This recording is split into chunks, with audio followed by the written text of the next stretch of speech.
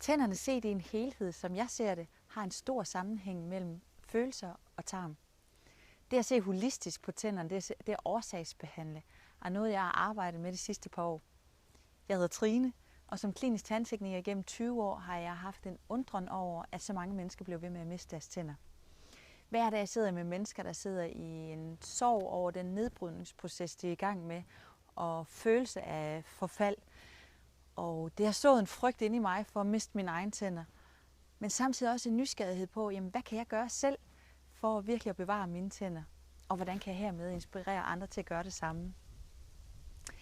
Vores mund er det sted, vi ser de første tegn på ubalancer. Og vi har igennem mange år været helt klar på, at hver enkelt tand har en kobling til forskellige organer. Og alle vores kindtænder har en kobling på vores mave og tarm. Så her handler det om at stå spidsegodt for at kunne optage alle de vitaminer og mineraler, vi skal bruge som de rigtig gode byggesten til at hele tiden at bygge vores tandsubstans op med. Det er ikke nok at vide, at man spiser sundt, fordi vi skal også vide, om vi virkelig kan optage alle de her vitaminer, vi skal bruge. Vores linjer i vores hænder og vores linjer i vores ansigt og vores kropsholdning fortæller alt sammen noget om, hvad der foregår på vores inderside. Det fortæller noget om vores følelsesmønster.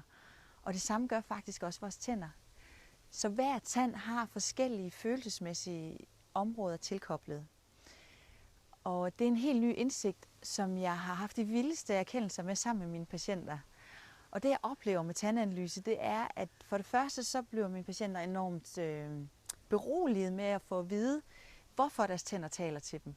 Og hvad de kan handle på for at stoppe deres tandproblem, men også samtidig med stoppe en følelsesmæssig ubalance i kroppen og en kropslig ubalance, det senere hen kan udvikle sig til.